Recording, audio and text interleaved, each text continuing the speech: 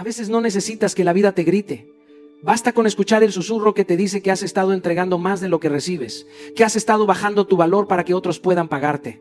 Y ese es el peligro, acostumbrarte a vivir en oferta. No naciste para hacer un descuento emocional ni para mendigar un lugar en donde ya no valoran tu presencia.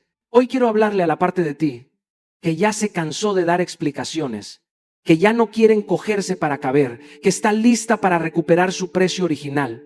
Porque cuando recuerdas cuánto vales, te vuelves innegociable y el mundo empieza a tratarte como siempre mereciste. Hoy por fin vienes a reclamar tu valor. ¿Estás listo? A veces pasé demasiado tiempo esperando que alguien más me confirmara que valía la pena, como si la vida fuera una fila en la que uno aguarda turno para ser aprobado. Pero llega un momento en el que te miras al espejo y entiendes que tu valor no necesita permiso, ni un sello, ni un testigo. Tu valor no se mueve con los aplausos ni se encoge con las críticas. Tu valor simplemente es. Y cuando realmente lo reconoces, ocurre algo poderoso. Dejas de vivir en descuento. Durante años permití que algunas personas me etiquetaran según su conveniencia, que me midieran con reglas torcidas o que me situaran en cajas donde no cabía mi alma. Lo hacía por miedo a perder su aceptación, sin darme cuenta de que el verdadero riesgo era perderme a mí. Pero un día entendí que la identidad no se construye desde fuera, sino desde las convicciones que arden por dentro. No puedes permitir que la opinión ajena sea un cincel que moldea tu dignidad. Comencé entonces un ejercicio brutalmente honesto. Escribir mis fortalezas, mis logros, incluso esos que yo mismo había minimizado por costumbre.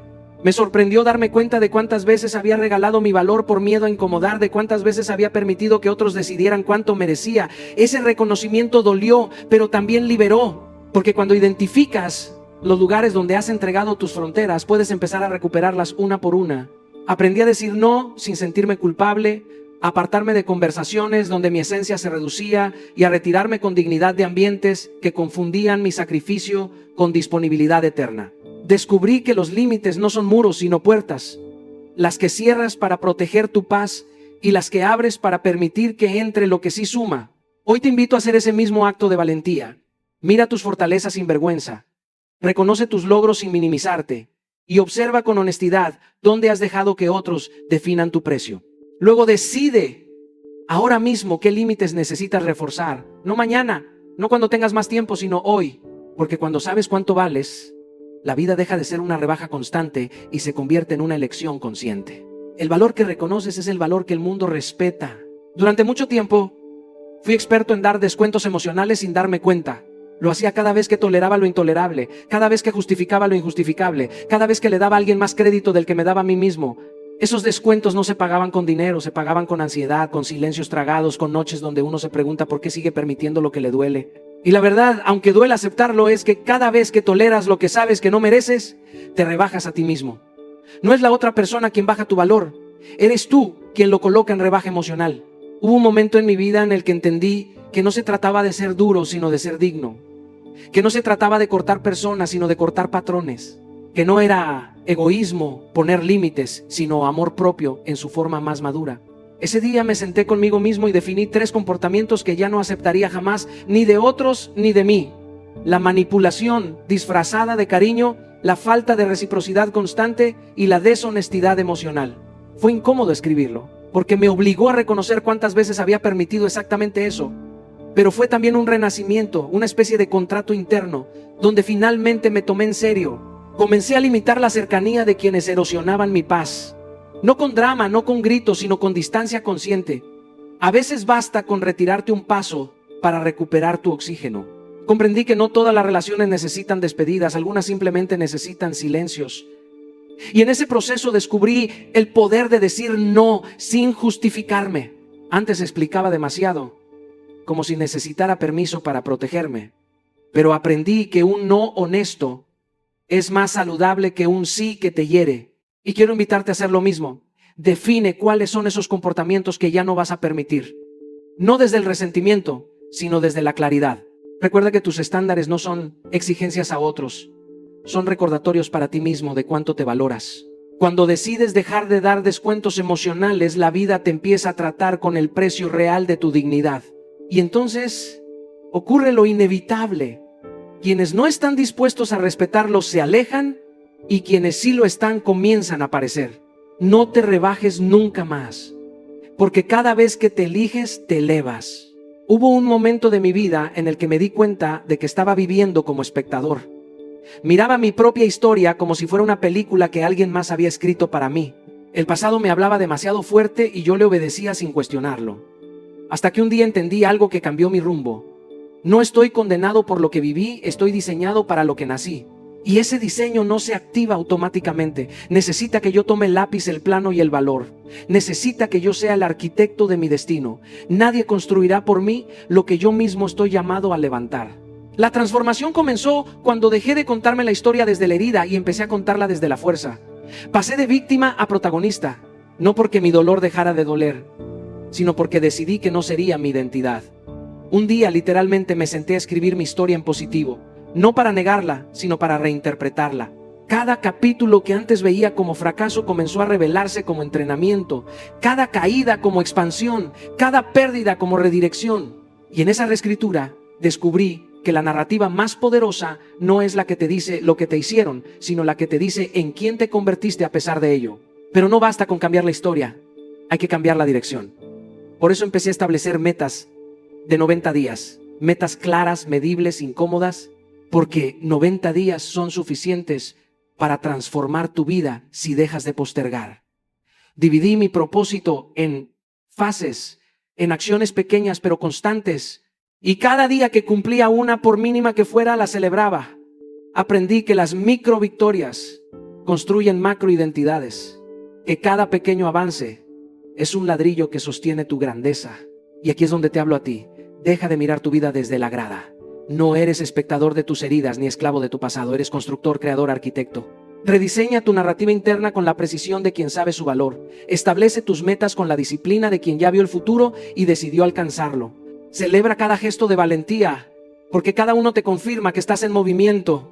La vida no te está esperando, te está llamando. Construye, rediseña, avanza, porque tu destino no se observa, se edifica. Durante mucho tiempo pensé que amarme a mí mismo era un concepto abstracto, una frase bonita que se repetía en los libros y en las conferencias. Pero la vida me enseñó algo distinto. El amor propio no se predica, se practica. Se demuestra en la disciplina diaria. En esos momentos en los que nadie te ve y tú decides honrarte igual. La disciplina, aunque muchos la confunden con castigo, es en realidad la declaración de amor más profunda que puedes hacerte.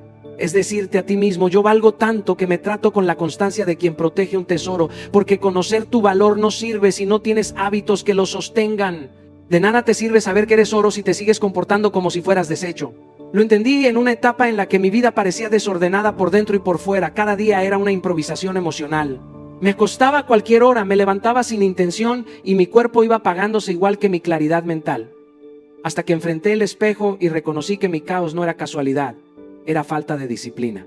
Y si quería honrar mi valor, tenía que demostrarlo con acciones, no con discursos.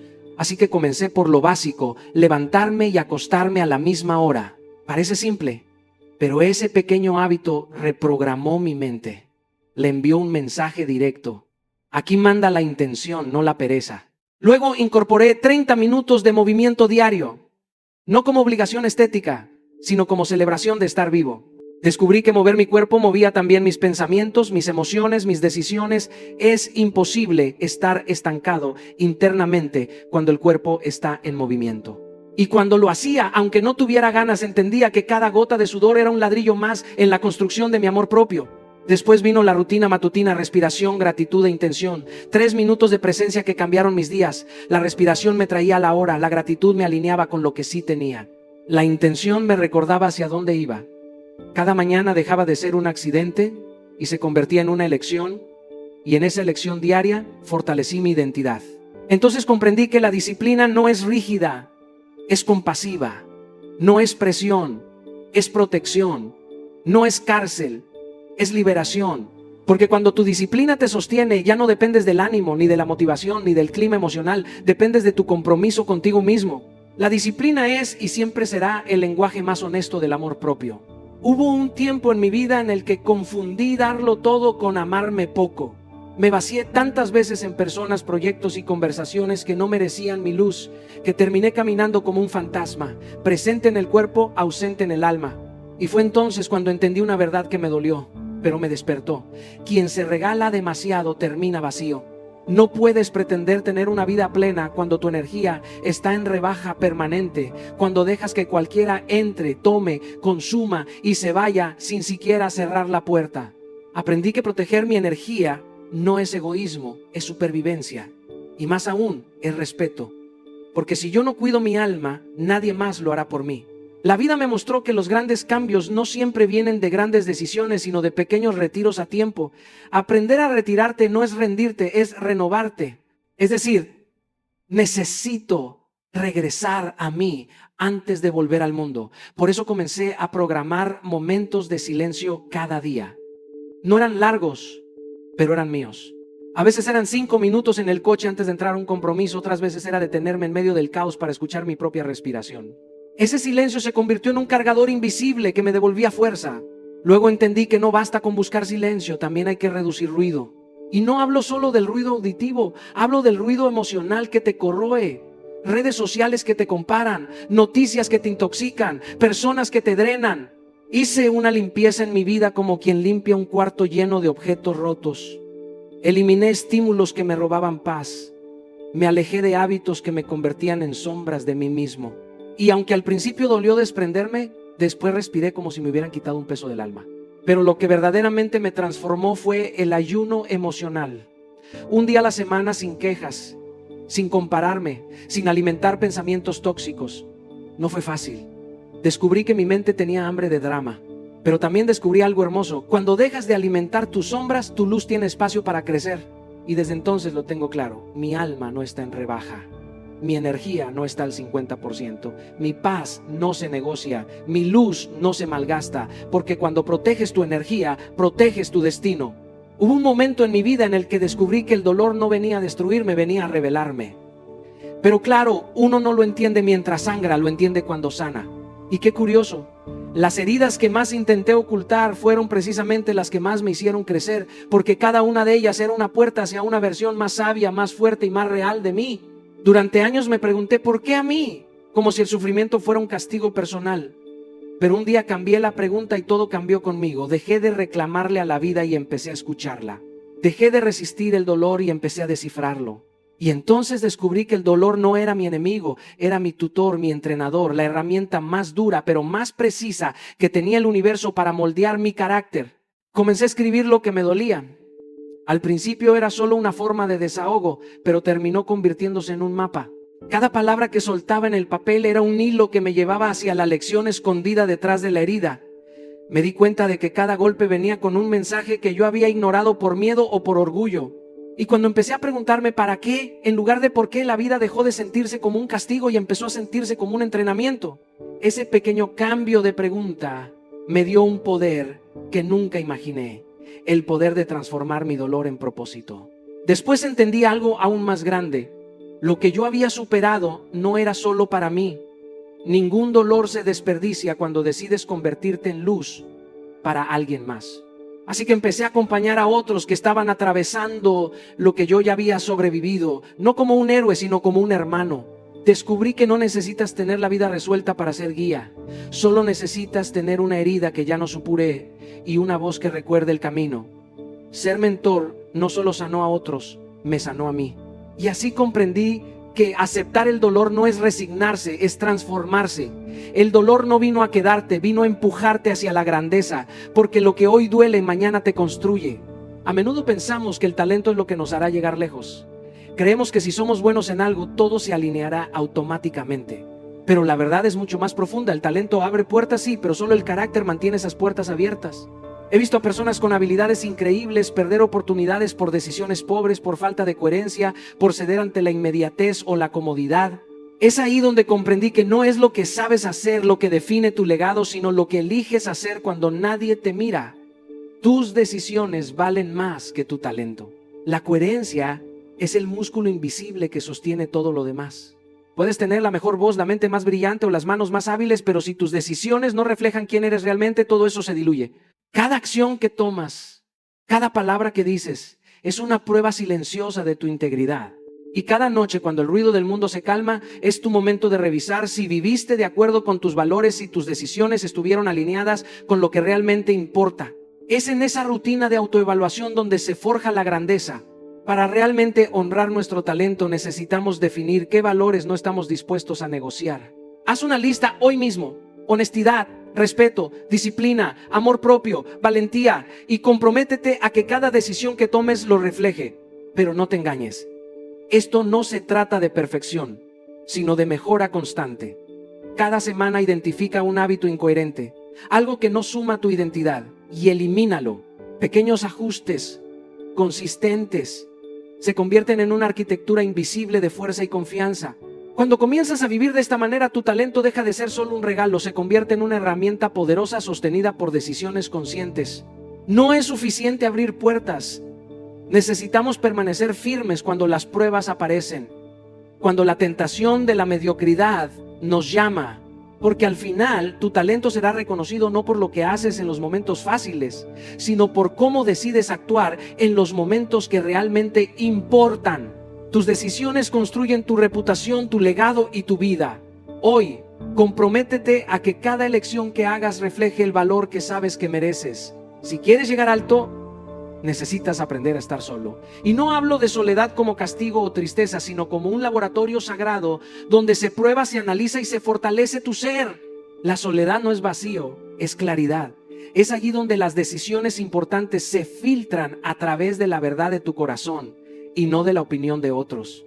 He aprendido que la mayoría de las personas temen quedarse consigo mismas, buscan ruido, compañía, distracciones y terminan confundiéndose con la masa. Pero los grandes logros, los cambios que realmente importan, se incuban en el silencio. Estar solo no significa aislarte para siempre, significa darte el espacio necesario para alinear tu energía, tus metas y tus emociones. En esos momentos descubres lo que realmente quieres, lo que verdaderamente temes y lo que esperas alcanzar. Yo mismo he pasado noches en las que me senté a escribir mis miedos y sueños sin nadie alrededor, y esas horas se convirtieron en brújula para decisiones que cambiaron mi vida. La soledad te permite escuchar tu voz interna, separar la autenticidad del ruido y construir un plan de acción sin depender de la validación externa. La estrategia es simple: conviértela en un hábito consciente. Dedica un día al mes para una cita contigo mismo.